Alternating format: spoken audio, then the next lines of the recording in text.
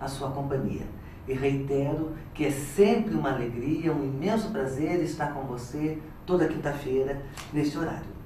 Hoje vamos conversar com uma pessoa que é considerada por mim e por boa parte, para não dizer toda a população taubatiana, uma referência intelectual. Lia é uma referência intelectual não só em Taubaté, como no Vale do Paraíba.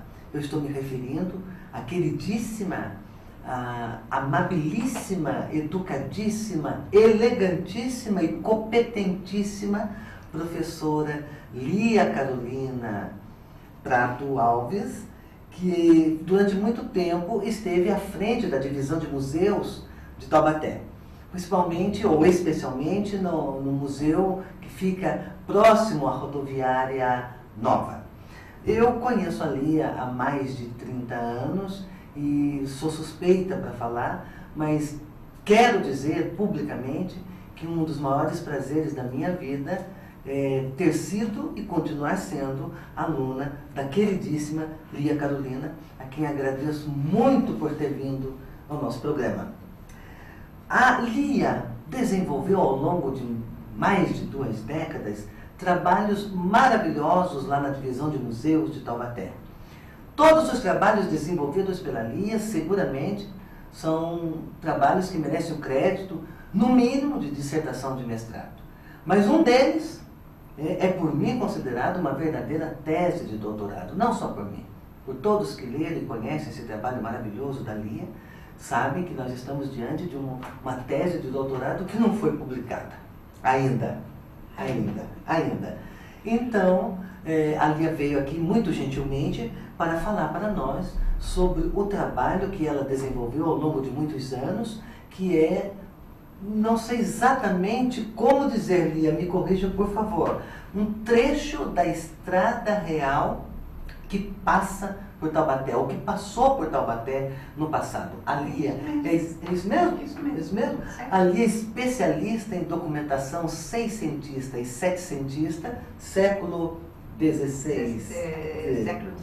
Século XVII e século XVIII, coisa rara de termos um especialista nesse assunto e na nossa cidade, e ela vai explicar para nós, desde o conceito de Estrada Real, como foi desenvolvido esse seu trabalho e tudo mais. Lia, boa noite, muito obrigada por ter aceito o nosso convite. Boa noite, Sônia.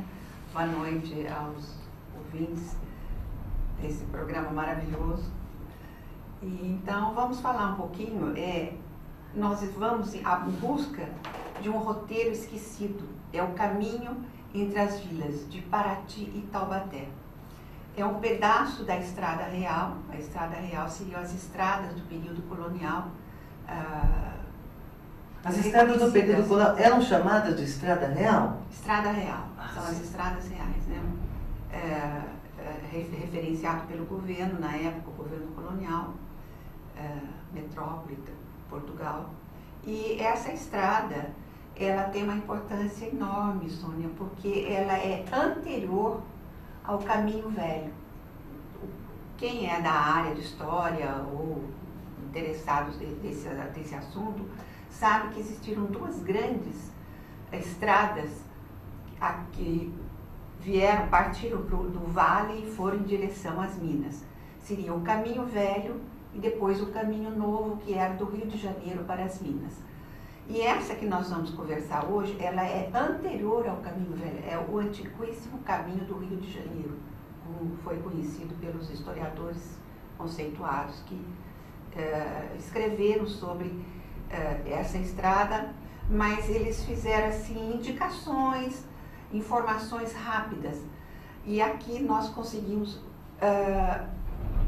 localizar os povoadores que ao longo dessa estrada foram criando as suas propriedades, os seus bens de raiz.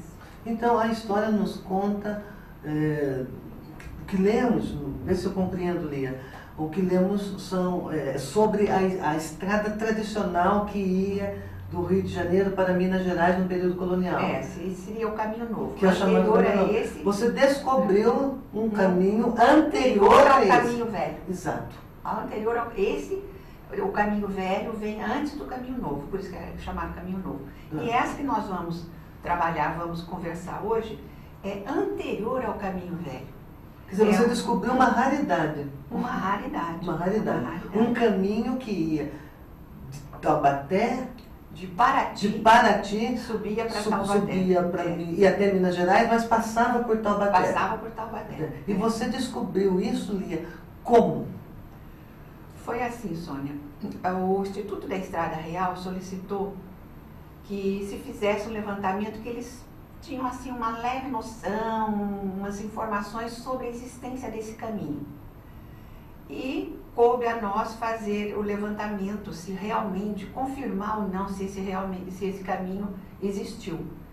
E em cima dessa documentação maravilhosa que Taubaté tem, o arquivo histórico daqui é riquíssimo, eu fui levantando os primeiros povoadores que tivessem terras para a direção da Banda do Mar, direção a sudoeste. Então eu fui plotando, separando essas pessoas, e elas diziam, minha propriedade fica no bairro tal, no bairro outro nome. Daí eu peguei um mapa atual de IBGE, tirei, através do CAD, eu tirei toda e qualquer informação moderna, por exemplo, linhas de eletricidade, asfalto, pontes, e deixei as estradas vicinais, as estradas de terras e as curvas de nível. Certo. Deixou meio virgem o mapa. Isso, como se estivesse lá naquele período. E encontrei os mesmos nomes de bairros que as pessoas citavam nos seus documentos. Na documentação seiscentista. Então eu fui riscando aleatoriamente, porque eu também, isso eu estava na sala do arquivo histórico, e fui riscando um trajeto que provavelmente, em cima de todo o estudo que eu fiz, não só a documentação, como também nas sesmarias, ou então na bibliografia relacionada ao tema, mas eu não tinha certeza se existiria esse caminho. Então eu solicitei a Polícia Ambiental que me acompanhasse numa provável caminhada em cima desse trajeto. Você supôs? Isso. A julgar pelos documentos seiscentistas e setecentistas, que as pessoas diziam, eu tenho propriedade em tal lugar, em tal lugar. Eu fui locando. Você foi tentando pôr isso no mapa. Isso. Eu pedi que fosse a Polícia Ambiental porque eu achava que eu ia atravessar propriedades, ia abrir porteira, ia atravessar mato, né, bichos. E com a polícia do lado seria bem melhor. Mas, Sônia, a estrada existe daqui até o bairro da Encruzilhada, que é um bairro do município de Cunha, e ela é uma estrada vicinal, e ela vem, é encruzilhada porque realmente está descendo o asfalto de Cunha para Paraty, e ela desemboca nesse momento. Então, naquele período, o viajante saía de Paraty, subia a Serra do Mar. Quando chegava nesse ponto, não existia Cunha ainda, a cidade de Cunha. Ele adernava, seria à esquerda, entrava nos atuais, passava pelo município de Cunha, aqueles bairros que nós vamos citar aqui, passava pelo município de Lagoinha, que na época não era município, era a região do Paretinga, vamos dizer assim, e saía aqui em Taubaté. Saía aqui em Taubaté. E de Taubaté também ainda não existiria a vila, não existiria a vila de Taubaté. E eles seguiriam o Rio Una até desembocar no Paraíba, subiriam a garganta do Piraquama e já se encontrariam em terras que hoje seriam terras mineiras. Então esse seria o caminho, o antigo caminho. E tudo isso você conseguiu vislumbrar por meio da documentação seiscentista e setecentista? Sim, porque ela fala, sabe, a documentação dialoga com a gente. É incrível. Eu sou suspeita de falar, mas eu acho incrível esse trabalho da pesquisa em documentação. Sabe? documento comprova o outro, que daqui a pouco, se você está no caminho errado, vem um e fala, olha, não é por aí, porque olha aqui, ó. Um dado leva a outro, que leva a outro, que leva a outro. E é um quebra-cabeça e você vai juntando. Inclusive, meus amigos, eu dou aqui um testemunho. Eu presenciei a Lia fazendo esse trabalho. Acho que foi bem uma década, não?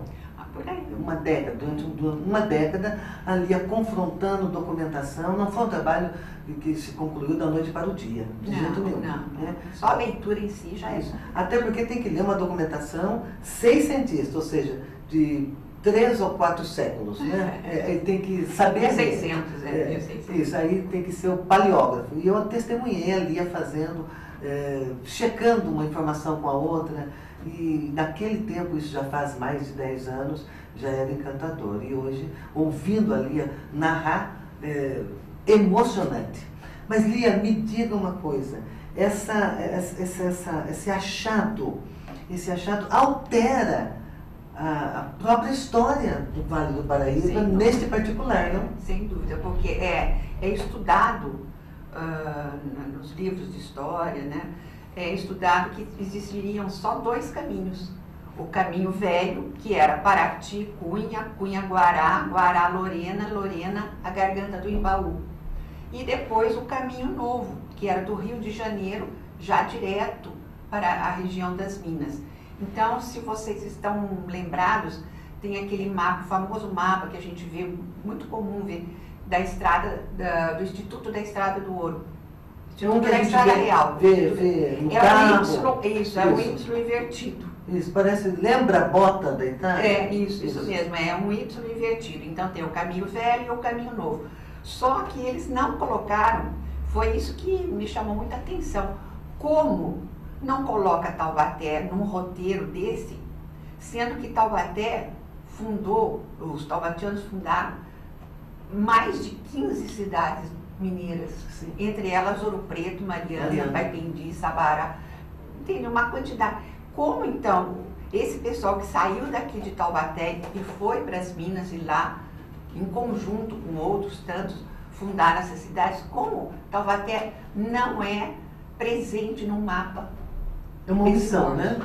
É uma omissão. Um engano, no mínimo.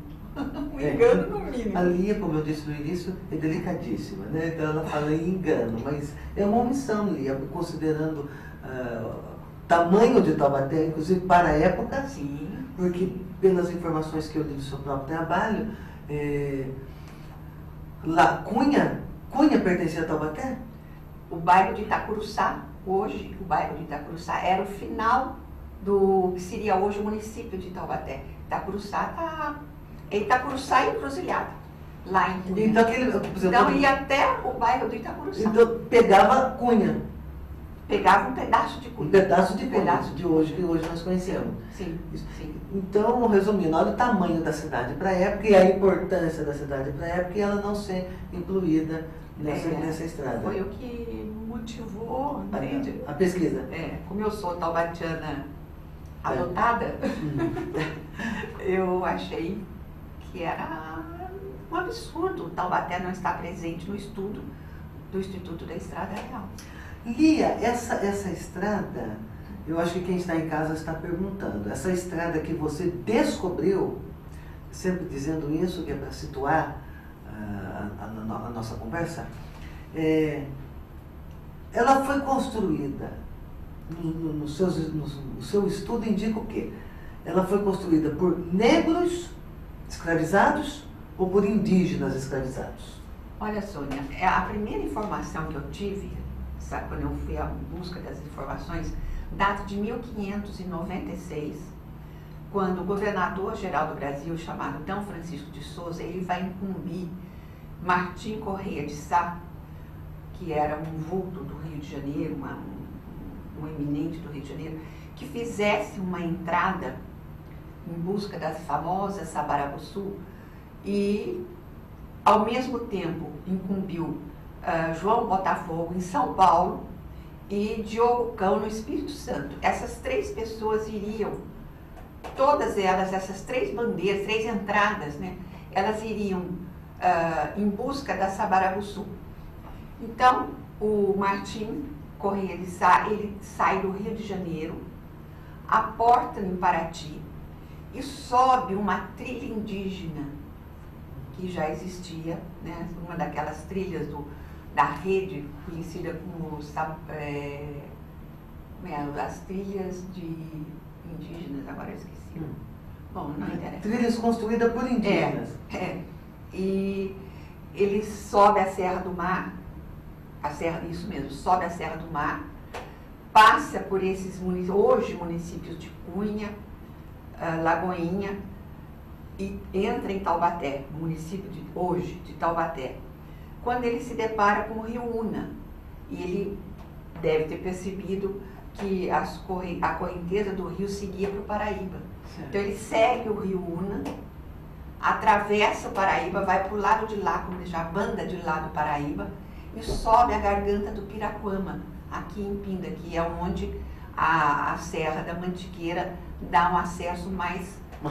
Uma rebaixada e acesso mais fácil para transpor toda a Serra da Mantiqueira. E entrou nas terras mineiras. Só que a gente não tem mais notícias. Parece que houve uma desavença entre esses três chefes e essa tríplice entrada se desfez. Sim. Mas o caminho ficou. Então, o caminho ficou. A julgar pelas datas, Lia, essa estrada foi construída por indígenas. Sim, era uma trilha indígena. Os primeiros habitantes aqui da nossa região. Era assim, Sônia, pelas leituras. Os indígenas que habitavam a Serra da Mantiqueira, na época da piracema, da abundância dos peixes, desciam a Serra da Mantiqueira e por esse caminho iam para o litoral em busca de peixes, de alimento, que depois eram secados naquele jeito deles fazerem. O sistema da época, né? Sistema, E também as tribos do litoral, quando era a época de pinhão, por exemplo, subiam por essa serra, por esse caminho, e iam em busca de alimentos lá na Mantiqueira.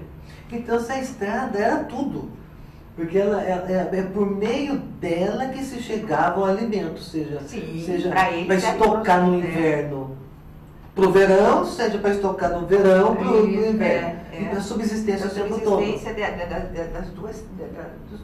Das duas tribos, né? Várias, mas a gente fala os que moravam na montanha e os que moravam no litoral. Certo. Então essa estrada, ela não foi sem ela não teria ocorrido, inclusive, a sobrevivência. A sobrevivência, sim. Eles eram nômades, né? Então, mas tinha aqueles hábitos sempre no inverno ir atrás do pinhão, talvez no verão viesse, não sei se é para você o período da piracema dos peixes, sim, mas viriam em busca do alimento que era o peixe. Depois eles salgavam. E condicionavam para usar a longo prazo. Isso. Lia, você falou na lendária Sabará Ossu. O que é, Lia? É uma lenda de uma terra cuja montanha era de ouro. Hoje é Sabará. A cidade de Sabará, em Minas Gerais. Então, é aquela lenda que é lenda indígena, inclusive, que despertou a cobiça de todo o colono, né, na época. E não só os colonos, como também o governador, as autoridades que iam atrás da lendária Sabarabuçu. Era uma terra prometida, uma terra onde tinha ouro. Né? Sabará, Ouro Preto, Mariana, aquela região ali. Né? Então, essa estrada levava... Essa estrada, Sônia, depois com o boom do período do ouro, os primeiros carregamentos de ouro desceram por essa estrada. Senhor. E logo após o descobrimento do ouro, ela foi interditada. Então, vamos dizer, desviou-se para o caminho velho. Sim. Ela fica proibida de ser trafegada e criou-se, então, o caminho velho. Porque o caminho velho ele é mais distante para chegar na região das Minas. Aqui era muito próximo. Facinho. Atravessava a Serra do Mar, Serra da Mantiqueira, cortava o vale. Serra da Mantiqueira você já estava na região mineira, na região aurífera. Agora, encompridando Paraty, Cunha, Guará, Lorena, a garganta do Imbaú, dificultava um pouco. E depois eles vão criar o caminho novo, que já diretamente para o Rio de Janeiro, não precisava mais. Então a ordem seria caminho velhíssimo, caminho velho e caminho novo. Isso. E nós estamos falando do caminho velhíssimo. Nós estamos falando do velhíssimo, que foi descoberto pela Lia por meio da comparação de datas e fatos e informações. Senhora pesquisa, daí eu dizia no começo do programa que esse trabalho da Lia é um doutorado, porque é totalmente inédito. E repito, ele altera a história, né? Porque a história fica no velho e no novo. Isso. E a Lia traz a estrada, o caminho velhíssimo, que é um dado totalmente novo. E a importância de Taubaté. Exatamente. Taubaté teve a casa de fundição, porque o ouro passava por aqui. Então, por esse seu trabalho, explica-se a existência de casa de fundição em Taubaté? Sim. Porque sempre me perguntei, quando eu era criança, meu pai algumas vezes falou sobre isso, mas eu aprendi mais sobre a casa de fundição existente em Taubaté há muitos séculos com a professora Lia. E eu ficava me perguntando por qual motivo teria uma casa de fundição em Taubaté. O ouro saía das minas, chegava aqui, era quintada, a quinta parte, o quinto, né? Sim, famoso separava a parte que ficava. E o resto era de quem tivesse levado lá, né? Mas seria uma arrecadação do ouro pela metrópole. A casa de fundição era... O fisco? É por aí, né? Por aí. O fisco, né? Ou seja, todo mundo trabalha, o ouro é meu, eu trabalho, mas quem fica com o ouro a quinta parte seria de quem? Do governo. Do governo, né? Da metrópole. Do caso da metrópole, do caso de Portugal. Mas que coisa, quer dizer que é esta a explicação para a existência da casa de fundição em Taubaté. Por acaso, Lia, você descobriu onde a localização da casa de fundição? Existem duas hipóteses, Sônia. Existe sim. O professor Paulo Camilleri saudoso. Ele tinha a seguinte tese, ele achava que seria onde hoje é a faculdade de filosofia. Sim, a letras ali, faculdade de letras, filosofia e letras. Ao lado do fórum criminal. Isso mesmo, Mas tem um livro lá no arquivo de um senhor do Rio de Janeiro, eu não estou lembrado também o nome do autor, ele localiza a casa de fundição um pouco mais para baixo. Seria mais ou menos ali na esquina onde hoje não existe mais uma farmácia chamada Nossa Senhora Aparecida. Sei, quase que em frente ao convento. Isso. Porque a Cámara-Canguera, a antiga Cámara, aquela curva... Atual Faria Lima. Faria Lima, era a entrada para a vila. Entrava-se por aqui? Ou saída também, né? Esse caminho que nós... Depois que foi criada a vila, em 1645, foi elevada à condição de vila. Você está se referindo à vila de Taubaté? Então, daí seria, o ouro viria desceria a garganta do Piracu. Nessa época já era proibido o tráfico nesse roteiro. Mas o ouro viria das minas, passaria ali em frente o convento, a antiga Cámara-Canguera, tanto é que por ali você começa o caminho. Eu comecei justamente a marcar essa rota ali naquela curva do convento. Que pega em direção a Faria Lima. Isso, Faria Lima. Depois da Faria Lima você passa pela Ponte Seca. Desce? Desce, né? Vai para a captação de água da Sabesp, ali a ponte do Rio Una. Ali nós marcamos o ponto zero, porque daí já estava na estrada, saiu da cidade. E você segue essa estrada até o bairro da Pedra Grande. Ela é toda asfaltada. Passa pelo bairro do Macuco, sim, todas aqueles, Sete Voltas, Pouso Frio, entende? Tudo isso era o caminho real. Por isso que é importante ser introduzido nas escolas, principalmente, porque o pessoal que mora ali em torno, ao longo desse caminho, E eu ia me sentir muito orgulhosa de ser uma também. moradora do caminho da Estrada Real. Então, a rigor, Lia, muito importante isso, a rigor, vamos dizer assim, da porta do convento em diante já pode ser considerado como trecho taubatiano da Estrada Real? Pode ser. Vou subir eles paravam ali na captação de água, Sônia, na época. Eu gosto assim das coisas muito bem explicadinhas. Então, na época de 1596, a época colonial, não existia ainda a vila de Taubaté. Certo. A vila é de 1645. Então, eles seguiram o rio Una. Então, olha, o rio Una ele não passa na cidade mais, próximo aqui da cidade. Vai chegar uma época que o rio Una vai estar, né, no meio, vai aumentando. E ele, inclusive, ele divide o município de Taubaté com o município de Pindamonhangaba. Certo. Né? Então, não passava na vila, passava ao largo da vila. Hoje, se a gente quiser fazer um roteiro partindo ali do convento você já segue a Faria Lima, vai em direção à captação de água, passa pela agronomia, ali você entra no Pouso Frio, Sete Voltas. Você está falando a Faculdade de Agronomia, Isso. aquela ribanceira, desce aquilo, continua. E vai embora, até a Pedra Grande. Que é o último bairro. É, o último bairro.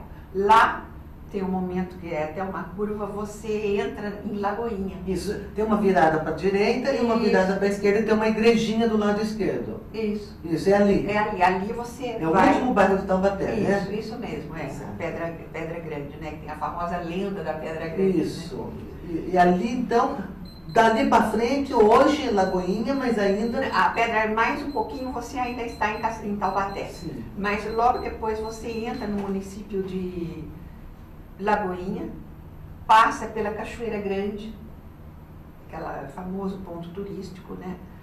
Entra na região do Paraitinga, vai sair no bairro do Ribeirão. Eu, assim de memória, não sei dizer para você. O que é Barreiros? É o bairro Barreiros, é o Faxinal, é o bairro do Faxinal onde está a Cachoeira Grande. Mas aí já está no município de Lagoinha. Lagoinha. São bairros, sabe? São Sim. bairros ao longo da Lagoinha. Sim. E os bairros ao longo do município é a Abóbora, Catioca, Encontro. Não sei se eu estou falando na sequência, mas certo. São os bairros de Cunha. Certo. E a estrada passando por todos eles? Por todos eles. E tudo isso omitido na história oficial? Nossa. E tudo isso você descobriu a partir da documentação seiscentista e setecentista? E mais os livros de Sesmarias, né? Você tem que, além da documentação, você tem também que se cercar da bibliografia existente sobre aquele assunto. Certo. Né? Eles não entraram, Sérgio Buarque, a Zamela, todos os que falaram, citaram a cidade. Mas nós fizemos um estudo locando os moradores taubatianos. Certo. Pontuando quem era quem ao longo do caminho. Isso. Dando nome, fulano, ciclano e bertano. Isso mesmo. E foi possível, inclusive, identificar famílias? Nossa, sem dúvida. Você quer ver aqui, olha. Se fazendo uma sequência cronológica, nós temos os proprietários. O João do Prado Martins, que faleceu em 1653. Ele tinha a região Salto Grande, tá vendo, a Cachoeira Grande. Ele, no seu inventário, no arrolamento de bens de raiz, por aí que eu me baseava.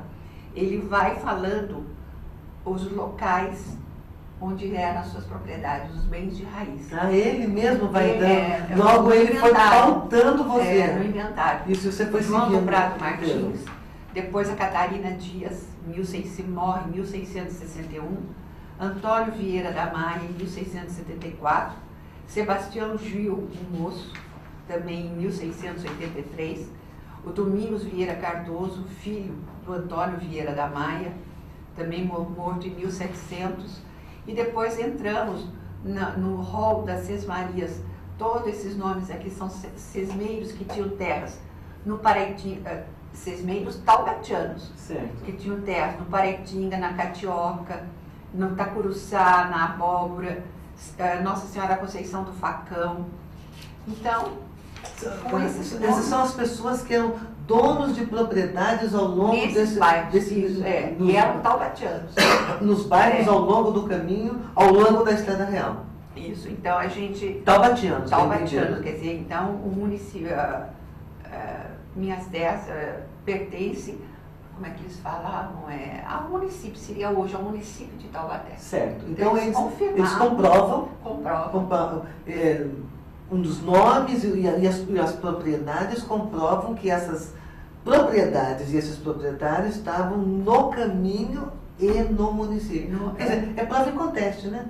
Não tem como. Em conteste, porque... falar que está errado só se a documentação estiver errada, a documentação seiscentista. Mas aí precisa que toda ela esteja errada. Pois é, toda ela. Porque não foi é como eu falo aqui, você quer ver? Olha, teve um momento que eu falo bem assim, olha, do material pesquisado nos conjuntos documentais, 5 informações se entrecruzam. Região do Rio Una, região do Paraitinga, caminho do mar, banda do nascente, arrumação a sudoeste, confrontando esses pontos cuidadosa e vagarosamente, delineamos o trajeto do antigo caminho do mar. Você foi unindo pontos, né? Unindo pontos. Lá. Isso E o mais interessante é que, não obstante esse trabalho de pesquisa maravilhoso, a Lia Carolina, criteriosa, judiciosa que é, ainda foi in loco. Mas eu queria saber se existiria ainda esse caminho. E daí, conte para nós como é que foi. A Lia foi, ela percorreu isso. Lindo. Taubaté tem um atrativo turístico material e imaterial, porque a documentação seiscentista. Sem dúvida. E é muito bonito o caminho, muito bonito. Eu sou maravilhada, né? Mas, Lia, como é que você se sentiu? Eu estou fazendo essa pergunta, mas eu já fiz essa pergunta para ela na ocasião, mas eu gostaria que você contasse para quem está nos assistindo, como que você se sentiu indo percorrer o caminho antigo, o mais antigo dos caminhos, da Estrada Real, na cidade de Taubaté, e que tudo começou com uma hipótese sua, uma hipótese que eu não quero chamar de hipótese, mas sim de intuição, porque a Lia intuía que era por ali. Não sei, Sônia, foi uma felicidade tão grande e eu consegui mostrar a mim mesma que eu não estava errada. Sim. Entende? Isso aí foi uma coisa muito, eu não estava enganada. Entende? Que o caminho ainda existe, a estrada ainda existe. Um caminho que foi subido pela primeira vez pelo Branco em 1596. Com exceção de... Detalhe, né, Lia? 96 anos após só o descobrimento do Brasil. Olha, com exceção do caminho do Padre José, que é a Via Anchieta Santos, São Paulo, eu acho que esse é o caminho mais antigo, o caminho oficial mais antigo do estado de São Paulo. E essa primazia é nossa, taubatiana. Taubatiana. Que infelizmente não valorizado como deveria ser. Aí é que está, Lia, você tocou num ponto, é inevitável retomar uma coisa que você disse aí, que lá pelas tantas este caminho foi interditado ou excluído. Ele foi interditado, foi proibido o trafegar por ele. Lia, eu fiquei pensando na época que você estava fazendo esse trabalho e confesso que esqueci, mas relendo o seu trabalho, parte do seu trabalho, eu me lembrei de uma indagação que talvez você se lembre na época que eu fiz para você. Essa interdição, é evidente que o caminho novo, Rio, Minas Gerais, era muito mais curto. Então, tudo bem, até aí vamos procurar a lógica, né? A lógica, encurtar caminho. Então, literalmente encurtar caminho. Mas e aí não tem muito de jogada política? Porque ia ficar passando por Taubaté, E aí dando, a ponto de criar uma casa de fundição, dando visibilidade para o município. Era interessante para a Coroa, na época, dar visibilidade ao município de Taubaté? Olha, Sônia, é uma hipótese que eu tenho comigo, uma coisa que eu não posso comprovar, mas o taubatiano era tido como revoltoso. Ele não era revoltoso.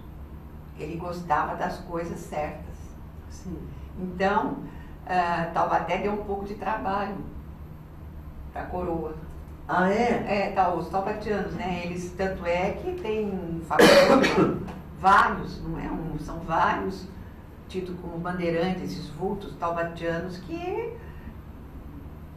incomodaram muito. Mas incomodaram justamente por isso, eu volto na minha questão, incomodaram por refletir, por refletir, porque as pessoas que incomodam, de modo geral, tidas como pessoas que incomodam, são aquelas pessoas que pensam, que discutem. É nessa linha. Né? É e quer saber o porquê disso e mais aquilo. Não aquela perguntação chatinha, mas com fundamentação. Com fundamentação. Então, esse caminho passando por Taubaté, os taubatianos poderiam exigir mais direitos em cima do ouro. Exato. Entende? Poderia ser, fazer um trocadilho, uma moeda, né? Você é dona de um terreno. Eu sou dona de um território que é passagem obrigatória. Você tem que passar pelo quintal da minha casa se quiser escoar o ouro em Paraty, de Paraty para o Rio, do Rio para a Coroa. Tinha também aquela outro ponto que eu acho que, vamos dizer, contribuiu para a proibição do tráfico, os descaminhos. O que são descaminhos? São os contrabandos. Porque o caminho oficial é a estrada real. Então, você passar por ali, você pode. Agora, os contrabandos do ouro, entende? Você diz a malandragem de fugir com o ouro, porque eu ia lhe perguntar se na estrada real, se você encontrou documentação, nesse nosso trecho aqui de Taubaté, se existia saqueadores. Tinha. E eu acho que você está emendando já, antecipando. Mas em todas elas, o saqueador tinha. Isso aí. Mas também existia aquela de entortar o caminho para poder. Os caminhos, porque era um trajeto para a época, de fácil acesso. Entende? Inclusive corsários parassem em Paraty, rapidamente eles estariam na região do ouro. Entendi. Porque eram bandidos e corsários. Saqueadores mesmo. Piratas, entende? Então, você incumpridando, olha a diferença entre Paraty e Taubaté. Taubaté atravessa a Mantiqueira, já está na região aurífera, na região do estado de Minas hoje, né? Agora não, você vai Paraty, Cunha, Guará, Lorena e Baú. Então, mais longo. Incumpridava o caminho para dificultar, talvez, acesso ou invasão, saque, roubo, sequestro e etc. E o taubatiano também ali, perturbando um pouquinho, porque eles eram bem... Eu acho que o taubatiano, ao fazer a defesa do meu povo, era pontual. Olha, pois, se vocês... Eu gosto de ler, eu gosto de ler quando eles... A historiografia tida como a certa, começa a falar dos taubatianos que eram bandidos e... Sabe aquela... O bandeirante foi herói ou foi... maniqueísta, né? Ou 100% positivo ou 100% negativo. Eles sabiam das coisas, e tanto é que eles vão fundar Ouro Preto, Mariana. Sim. Eles tinham conhecimento da... Então não era uma questão de perturbar por perturbar. É que eu estou sabendo que você está passando no quintal da minha casa com carregamento de ouro. Então vem cá, vamos conversar, né? Vamos conversar. Bem conversar. E estou sabendo que você está passando com vários carregamentos de ouro durante muito tempo no quintal da minha casa. E que esse ouro, inclusive, não vai ficar no meu país. Vai para a Coroa. Vai para Portugal. Vai para Portugal. Então eu acho que é aí o incômodo. Agora, realmente, essa informação sua é maravilhosa. Se eu incumprir do caminho, eu dificulto o caminho também. Também. Porque eu tenho mais controle. Eu tenho mais controle. Porque o caminho aqui, esse caminho antiquíssimo seu, evidentemente nós estamos falando nos transportando para o tempo, né? Nos transportando no tempo. É curto, né? É um caminho curto. Perto do outro. Perto do outro é curto, né? Subo por aqui de Paraty. Tem um mapa do Exército, inclusive, que aparece pontilhado essa rota que eu estudei. É como se fosse assim, uma curvazinha. Não tem atalhos para lá, para cá, não tem armadilhas, não tem nada. É uma coisa reta. É uma curva, um pedacinho de curva. Sim. De Paraty para Taubaté. Muito fácil de saquear. Acesso. Lia, eu estou vendo daqui a Condessa de Vimiero. Né?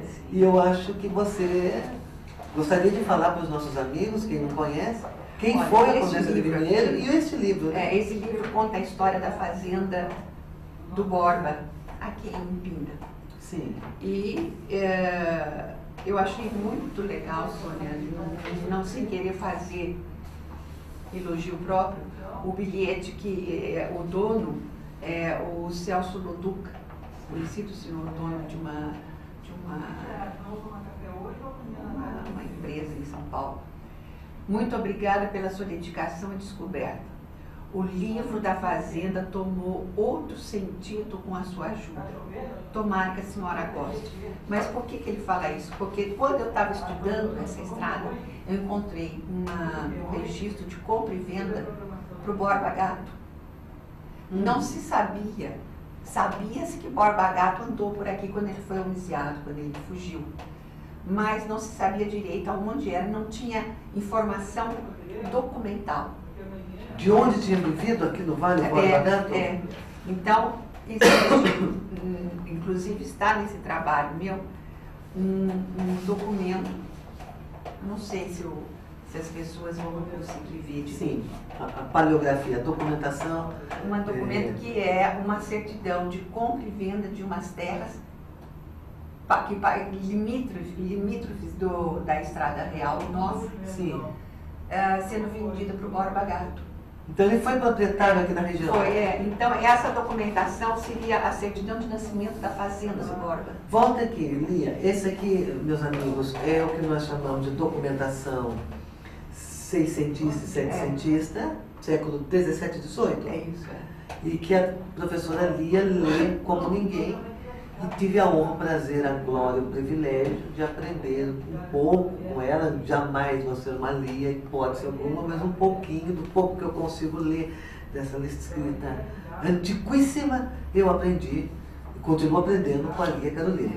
Então, por meio dessa documentação, Lia, você comprovou que Borba Gato foi proprietário? Isso não existia ainda uma comprovação oficial, documental. É porque não se tinha encontrado, né? E você encontrou. O arquivo de Taubaté é de uma riqueza, Sônia, e senhores ouvintes, telespectadores, é uma riqueza incomensurável. O arquivo de Taubaté. Não é à toa que frequentamos lá na vida inteira, né? Você ali comandando e eu enchendo a paciência dela lá o tempo inteiro. Eu não sei se vocês vão conseguir ver, o retrato da Condessa de Vimiero. Isso. Que era a dona da nossa região. De tudo isso daqui? De tudo. De tudo isso daqui. Condessa de Vimiero. Sim. Portuguesa, né, Lia? Dona Maria de Souza Guerra, Condessa de Vimiero. Era neta do primeiro donatário da capitania de São Vicente, Martim Afonso de Souza. Ela administrou as terras que herdou sem nunca ter tirado os pés de Portugal. Ela que vai dar as concessões para o Jacques Félix entrar na região. Sim. Na região. Lia, este seu trabalho, ele já foi publicado numa revista indexada, né? Foi publicado nessa revista aqui, que é a revista Filologia e Linguística Portuguesa. Ela é do Departamento de Línguas Clássicas da USP. Sim. Então, o texto foi publicado... Na íntegra? Na íntegra, na íntegra. E tem uma coisa muito interessante também, fazendo a pesquisa, Sônia, essa pesquisa eu encontrei um outro registro de um lote, talvez um dos primeiros lotes de escravos que vieram da Bahia, aportaram em Paraty, Rio de Janeiro Paraty, e subiram por esse caminho. Sim. Aqui os compradores eram taubatianos que estavam à espera dessa mão de obra sair das minas. Que são os escravos Arada. E no meio deles tem um da nação Arda. Sim. É um só. Que é um outro trabalho Que é um magnífico outro trabalho. que um dia nós vamos, desculpe, comentar aqui. Então, Lia, Olha, quanta coisa interessante. é um manancial, é um manancial. Por este caminho, vê se eu compreendi, Lia. Por este caminho, chegaram os primeiros escravizados na cidade de Taubaté. Na cidade de Taubaté. Até prova contrária.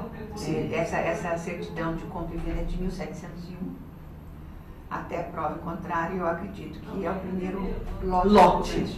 Nós estamos chamando de lote, porque o termo utilizado da época, na documentação, é lote. Né? E também nessa pesquisa você levantou isso? Levantei. E anexei porque eu achei muito interessante. Sim.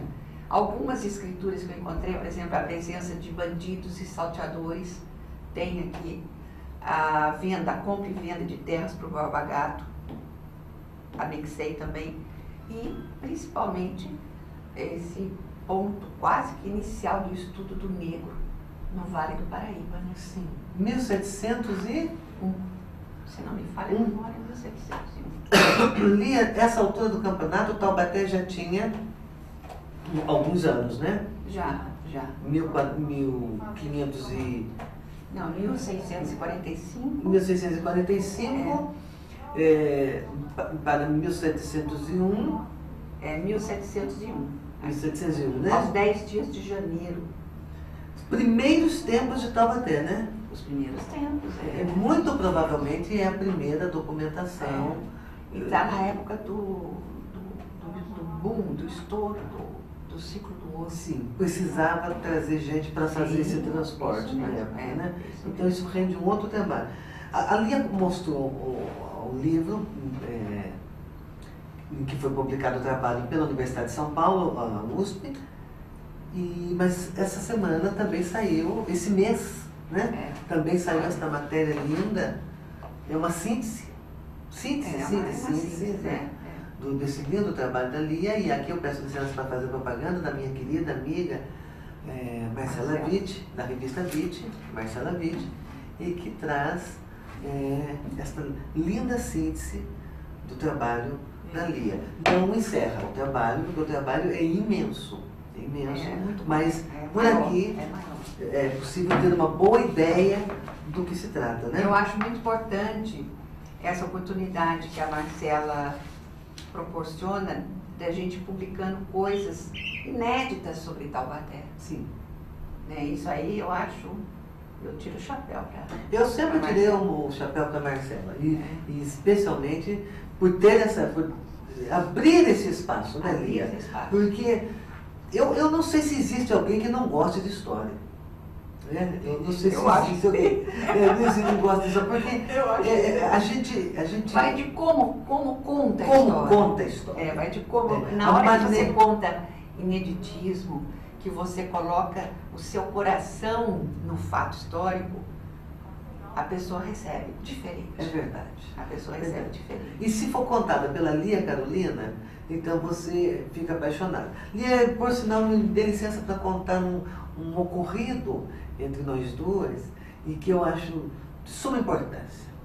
Há alguns anos, Lia já estava quase que se aposentando lá na divisão de museus, aproximando a aposentadoria dela, e a Lia e eu fomos fazer um curso no Centro de Estudos Africanos da USP. Isso. A Lia estava, acho que concluindo esse trabalho, eu tinha acabado de concluir, alguma coisa assim, e a Lia ainda não contente, perfeccionista, tem um compromisso com a verdade, e disse, olha, ainda quero ver se arruma alguma informação, e vamos aí.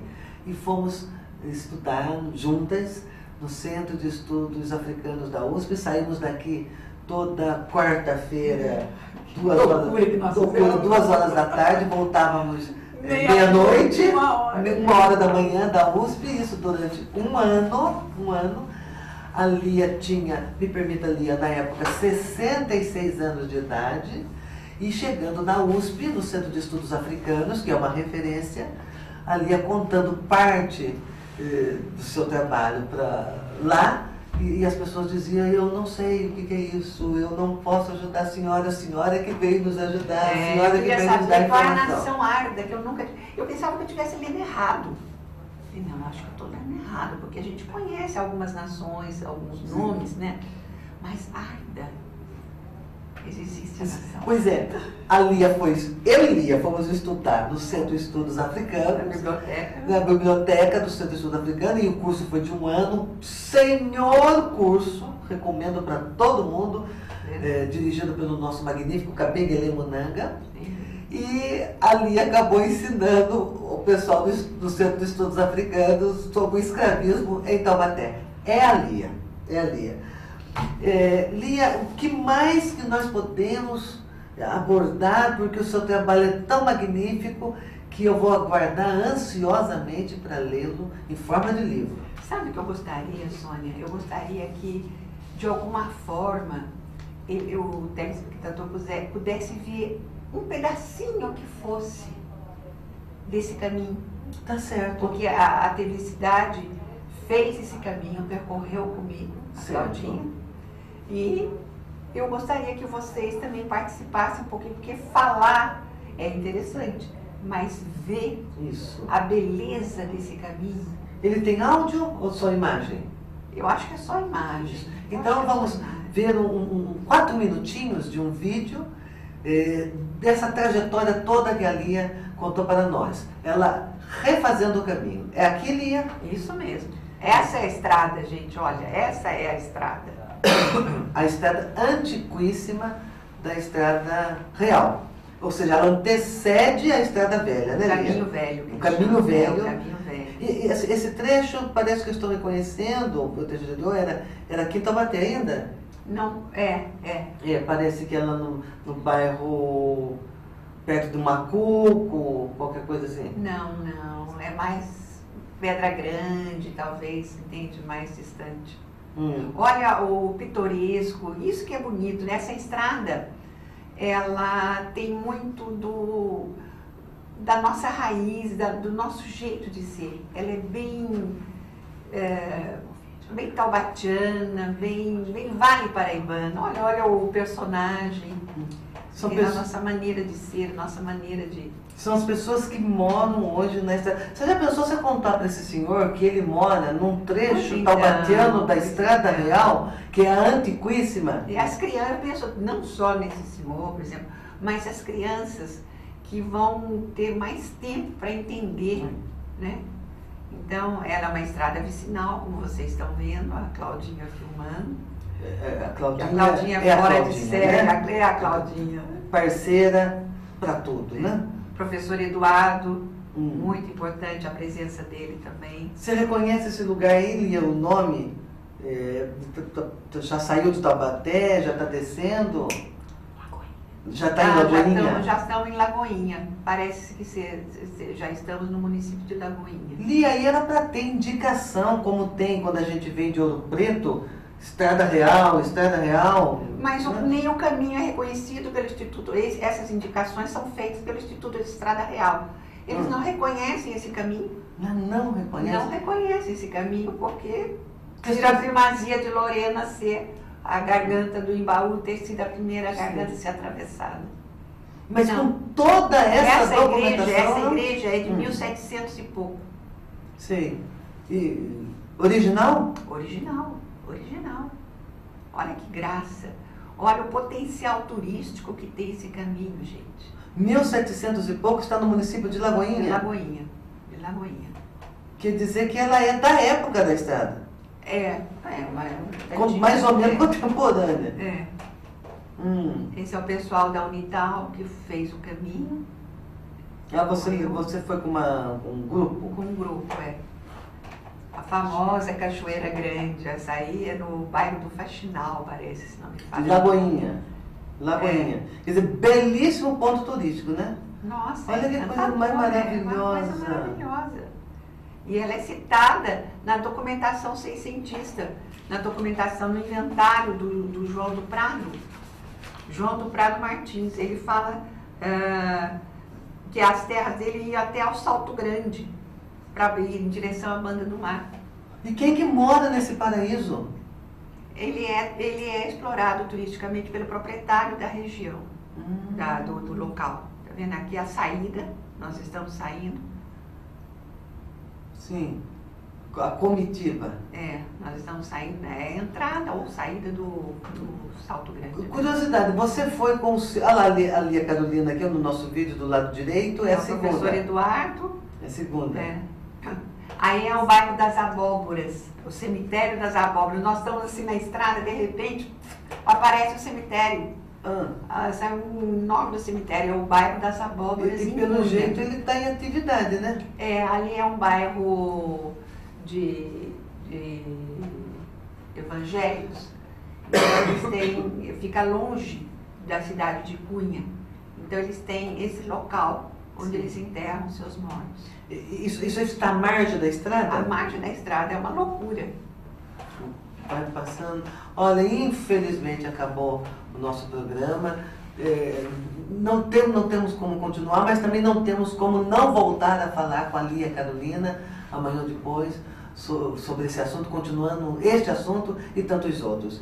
Lia, as suas considerações finais, chegamos ao final. Eu gostaria, com esse trabalho, o principal retorno desse trabalho para mim, Sônia, é o taubatiano conhecer a sua história, conhecer a sua identidade e valorizar a sua identidade. A história não é só para ser decorada, a história é para ser vivida, a história é para ser sentida. Então eu deixo aqui um pouquinho do que eu trabalhei em cima dessa história. Olha, meus amigos, eu não tenho como encerrar sem aplaudir mais uma vez o que venho fazendo a vida inteira e com muito prazer, essa que considero uma referência de saber e um manancial de conselhos. Lia Carolina é um exemplo, Lia Carolina é referência. Lia Carolina falou, está falado. Muito obrigada por ter vindo ao nosso programa. Eu hoje e sempre, Lia, lhe peço a bênção. Amém. Eu peço a bênção. Meus amigos, até a semana que vem e obrigada pela sua atenção. Tchau. Ai, que linda, Lia! Todo mundo vai falar, baixa a bola,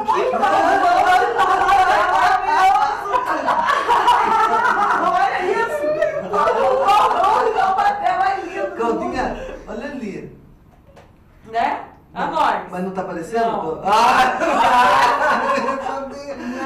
linda na propaganda de Taubaté. Tira foto nossa. Chama o menino, chama tudo. Não passa. Almoço com comida caipira, típica da nossa região. E melhor, tudo de graça para nossos associados e seus dependentes.